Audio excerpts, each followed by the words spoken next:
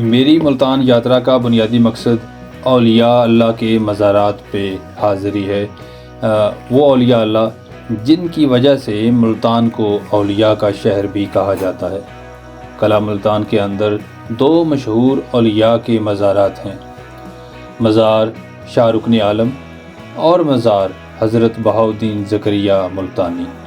شاہ رکن عالم حضرت بہاؤالدین زکریا ملتانی کے پوتے تھے اور ابتدائی طور پر شاہ رکن عالم کو بھی بہاؤالدین زکریا ملتانی کے مزار میں ہی سپرد خاک کیا گیا تھا، مگر بعد ازاں 1330 میں ان کا جسد خاکی حضرت بہاؤالدین زکریا کے مزار سے نکال کر موجودہ مزار میں دفن کیا گیا۔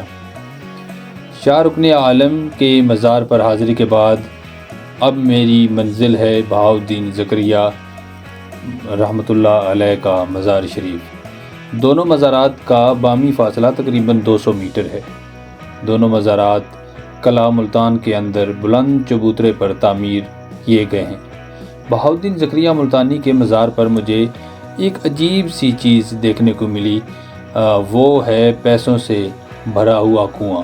کسی زمانے میں یہ کنواں زائرین کی پیاس بجھاتا تھا، مگر اب اس میں پانی تو نہیں ہے، مگر زائرین اس میں پیسے ڈال کے جاتے ہیں اور سال بعد یہ رقم نکال لی جاتی ہے۔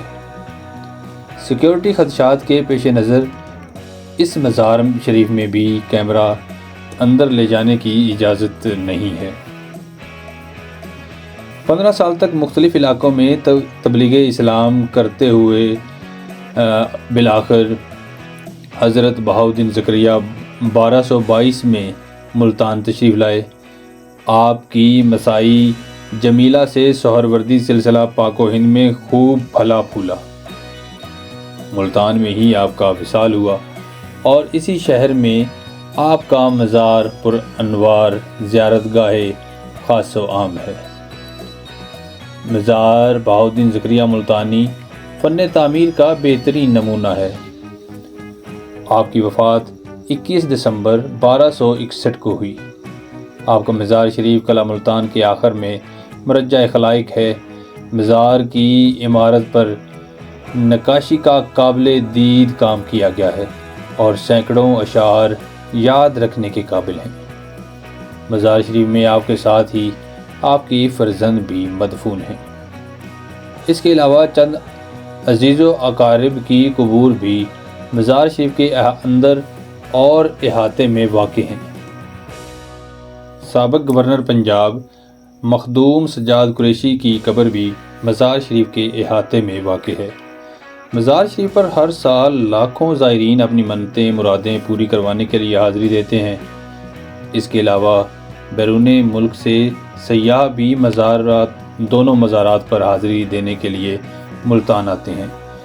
یہ مزار بھی شاہ رکن عالم کے مزار کی طرح فن تعمیر کا اعلیٰ نمونہ پیش کرتا ہے۔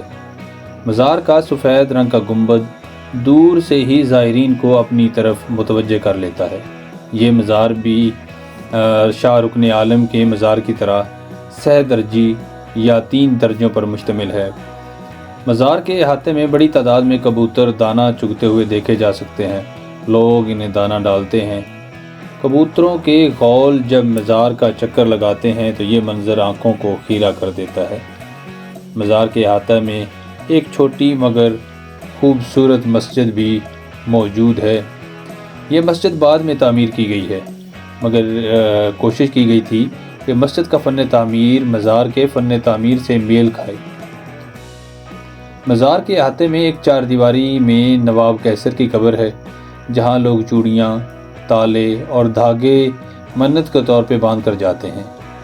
مزار کے احاطے میں ہی بہت سے لوگوں نے اپنی قبروں کے لیے جگہ الاٹ کروا رکھی ہے اور اس جگہ پر الاٹ شدہ بھی لکھوا دیا گیا ہے۔